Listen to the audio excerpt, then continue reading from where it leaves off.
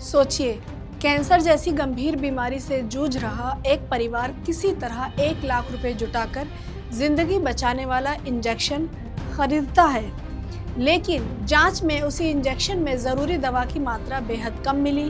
Bacterial contamination भी सामने आया। दिल्ली में कैंसर की महंगी दवाओं की कथित कालाबाजारी के जिस नेटवर्क का खुलासा हुआ है, उसने स्वास्थ्य व्यवस्था पर गंभीर सवाल खड़े कर दिए हैं। दिल्ली क्राइम ब्रांच ने इस मामले में 17 लोगों को गिरफ्तार किया है और करीब 9 करोड़ रुपए की दवाएं और दूसरी सामग्री बरामद करने का भी दावा किया गया है।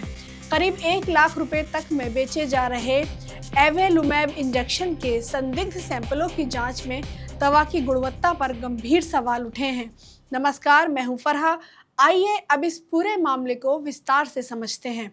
दिल्ली क्राइम ब्रांच के मुताबिक यह एक अंतर्राज्यीय सिंडिकेट था जिसका नेटवर्क दिल्ली एनसीआर के अलावा मुंबई, हैदराबाद, हरियाणा, राजस्थान और यूपी तक फैला हुआ था।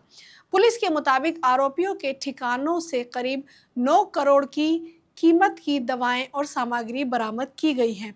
इसमें 588 भरी हुई एंटी कैंसर वायरल, 6 खाली वायल, 7 खाली मेडिसिन बॉक्स और 3021 यूनिट दूसरी दवाएं शामिल हैं, जबकि करीब 50 लाख रुपए का कैश भी मिला है। जांच के मुताबिक गिरोह कथित तौर पर अस्पतालों और सरकारी सप्लाई से जुड़ी असली दवाओं को हासिल करता था और फिर वायल पैकेजिंग और पहचान से जुड़े निशानों के साथ छेड़छाड़ कर उन्हें दोबारा बाजार में बेचने की कोशिश करता था। बैच नंबर और एमआरपी जैसे निशानों को मिटाने या बदलने की भी बात सामने आ रही है। यानी मरीज को पैकिंग असली दिखाई देती थी, लेकिन उसके अंदर मौजूद दवा की वास्तविकता बिल्कुल अलग। पुलिस जांच कर रही है इस नेटवर्क ने सरकारी अस्पतालों की सप्लाई से दवाएं किस तरह हासिल की और उन्हें ब्लैक मार्केट तक पहुंचाने में कौन कौन लोग शामिल थे। इस मामले में सबसे ज्यादा चिंता एवेलुमाब इंजेक्शन को लेकर है। यह महंगी कैंसर दवा है और कथित तौर पर इसकी एक वायल ब्लैक मार्केट में करीब 1 लाख रुपए तक में बेची जा रही थी। क्राइम ब्रांच की जांच में जब्त संदिग्ध सैंपलों की कंपनी स्तर पर जर्मनी स्थित लैब में जांच कराई गई।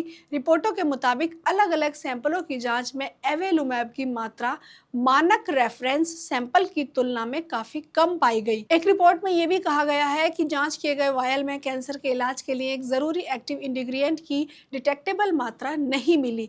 वहीं दूसरे सैंपल में स्टेरिलिटी टेस्ट फेल हुआ और बैक्टीरियल कंटेमिनेशन सामने आया। एक बैच में सैंपल में ई कोली बैक्टीरिया मिलने की बात रिपोर्ट की गई है। रिपोर्ट के मुताबिक कुछ संदिग्ध एवेलुमाब वायल का संबंध राजस्थान की सरकारी स्वास्थ्य व्यवस्था की सप्लाई से भी पाया गया है। अगर सरकारी अस्पताल के मरीजों के लिए भेजी गई महंगी दवा किसी तरह सप्लाई चेन से बाहर निकलकर ब्लैक मार्केट तक पहुंची तो ये सिर्फ नकली दवा का मामला नहीं रह जाता, बल्कि सरकारी निगरानी और सप्लाई सिस्टम की बड़ी कमजोरी का सवाल बन जाता है। आखिर सरकारी अस्पतालों और मरीजों के लिए खरीदी गई महंगी कैंसर की दवाएं सिस्टम से बाहर कैसे निकल गई?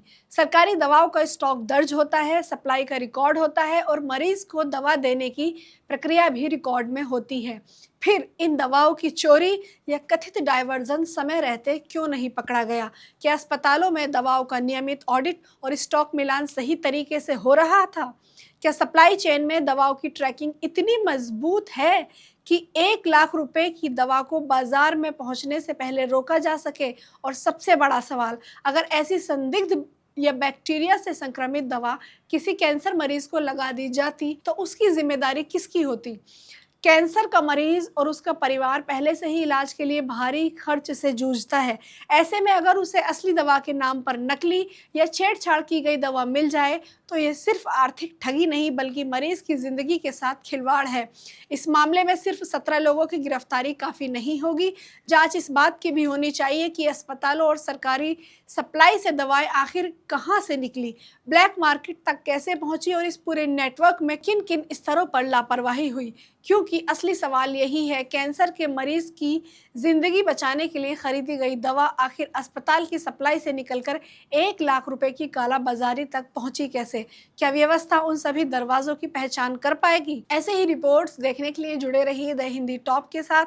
हमारे चैनल को सब्सक्राइब कीजिए, सोशल मीडिया पेजेस को फॉलो कीजिए।